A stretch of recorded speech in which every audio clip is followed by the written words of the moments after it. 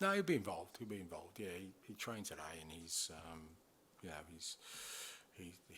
he's fine. He looks fine. Like I said, we'll provide all the support he needs, and and we'll try and help and sort of guide him to be in a place where he's happy about himself. But he'll be involved tomorrow, absolutely.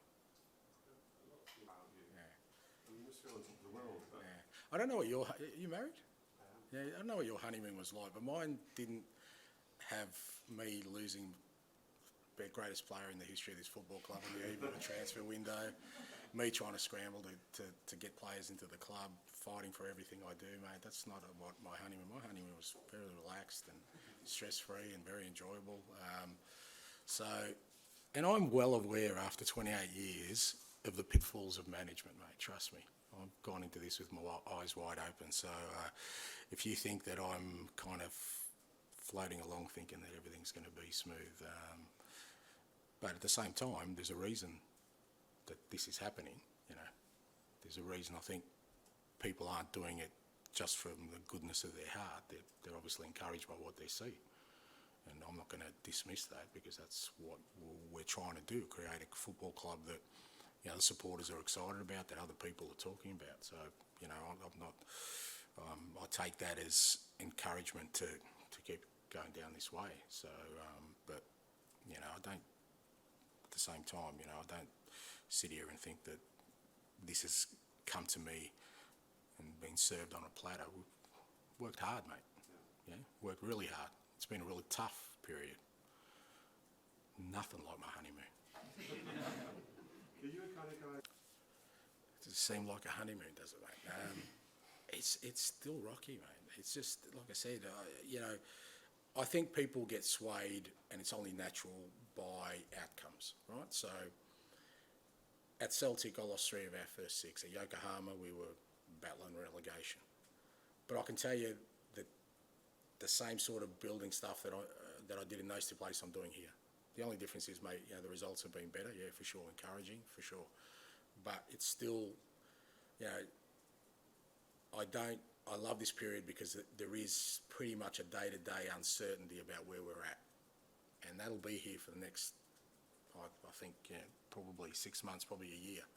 Everywhere I've been the second years where I felt like, okay, the team's now really taken hold, But I also understand at this football club, I can't go 3 or 4 or 5 months without having results, because I won't last. I mean, that's the reality of it. It was the same at Celtic. Like I said, we lost 3 out of the first 6.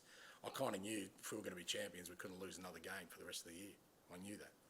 We didn't. But it didn't make that easy. It doesn't make this easier than the others. This has been just as challenging. You think about our pre-season. I mean, some of you are on the trip. It wasn't smooth, mate. You think about the players we've had to get in and out in this short period of time. It hasn't been easy. New staff, new way of training, new way of playing. But I love it. And I think because I love it, people seem, think that maybe it's easy. It's not. But that's okay. That's the challenge I took on. And if you measure on outcomes, yes, this looks like it's been smoother than the others, but I can assure you it's been just as challenging, if not more challenging, because of the stakes here, in the Premier League. By that rationale. Well, I mean, but then you're saying that never changes. Like that can change.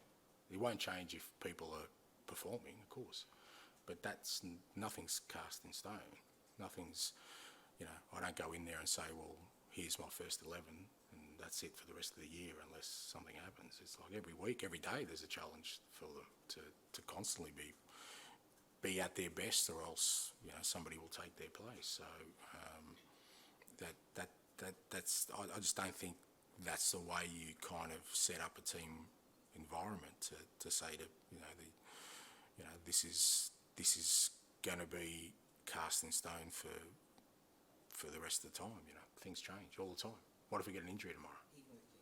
Yeah, of course. Yeah, of course. Why not? I mean, Vic's earned the right to be number 1. His performances have been outstanding.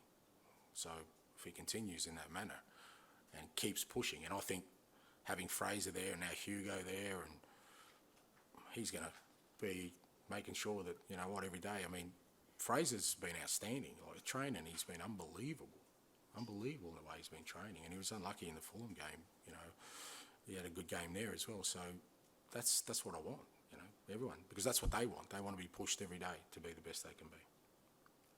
Tom? Absolutely, has to be. Otherwise, no point in me being here. Has to be. Wherever I've started, I've always tried to finish. Like I said, that, you know, all the clubs I've stayed for, you know, there's probably 5 clubs in my career where I've had more than sort of a year.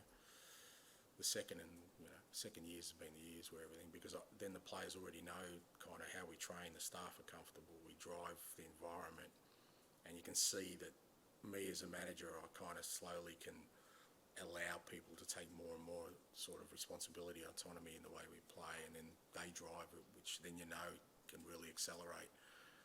That we're still miles away from that. You know, I'm still got firmly my hands on the wheel, mate. Won't let go for quite a while. Just surprised with how quickly he's had an impact. He's been great. I mean, and you know, there's another one for your point. You know, we start off the season with Destiny playing his first Premier League game.